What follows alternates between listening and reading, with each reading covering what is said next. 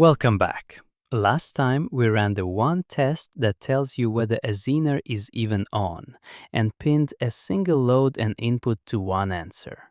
But real life is messier. Your supply voltage drifts and your load changes as devices switch on and off. So here is the real question. Between what limits does the Zener keep regulating? Push too far one way and regulation collapses. Push too far the other way and the Zener burns. Today we find that safe window twice, once for a changing load, once for a changing input. Every Zener regulator lives between two limits. The lower limit is the moment the Zener just barely turns on, its current drops to almost zero. Go below that, too heavy a load or too low an input, and the node falls under V sub Z, so the Zener shuts off and the output is no longer fixed. The upper limit is the Zener's power. Its current must never exceed I sub Z max. Go above that, too light a load or too high an input, and the Zener overheats. Between these two edges, the output sits flat at V sub Z. Picture the output as a function of the input, a flat plateau at V sub Z with a cliff on the low side and a burnout on the high side. Our whole job is to find where that plateau begins and ends. First case. The input is fixed at 50 volts. The series resistor is 1 kilo ohm. The Zener is 10 volts and its maximum current is 32 milliamps. The load R sub L is what changes. Here is the insight that makes this easy.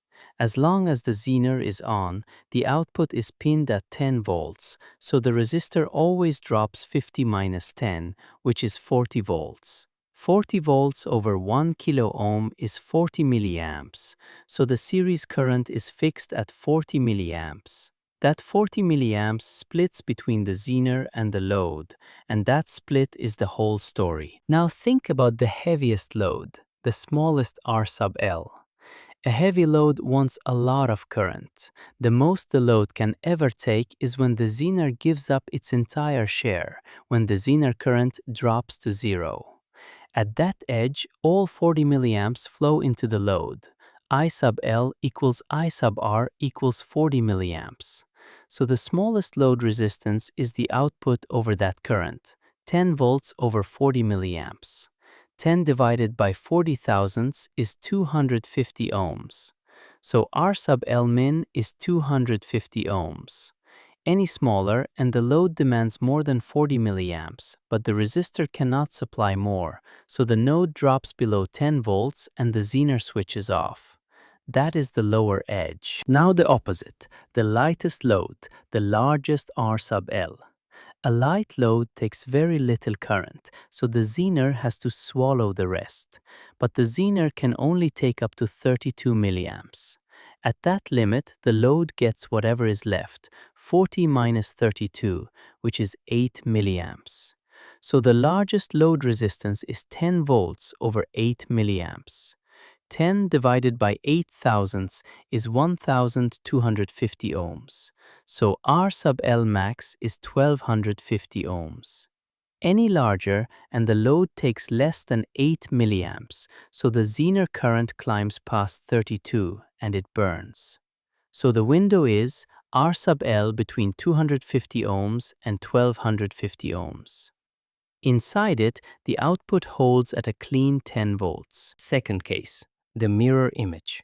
Now the load is fixed at 1.2 kilo ohms and the input voltage is what changes.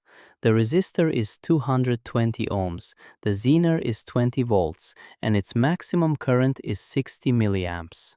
Here the easy insight flips.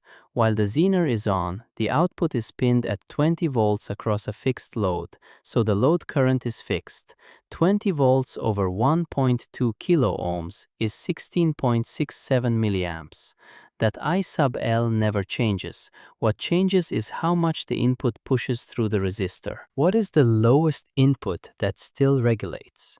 That is when the Zener is just barely on, its current almost zero. With no Zener current, the whole series current equals the load current. I sub R equals 16.67 milliamps. Now walk the loop. The input must supply the 20 volts across the Zener plus the drop across the resistor. That drop is I sub R times R, 16.67 milliamps times 220 ohms, about 3.67 volts. So V in min is 20 plus 3.67, which is 23.67 volts. Below that, the input cannot even reach 20 volts at the node, and regulation is lost. And the highest input? That is when the Zener hits its limit, 60 milliamps. Now the resistor carries both the load and the full Zener current. I sub R equals 16.67 plus 60, which is 76.67 milliamps.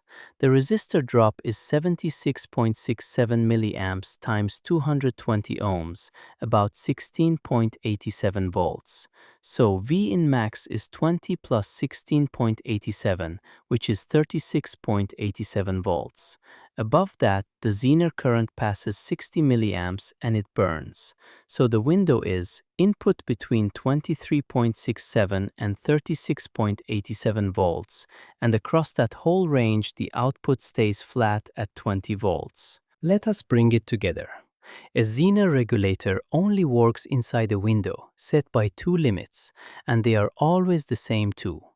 The lower edge is the Zener barely on, its current near zero.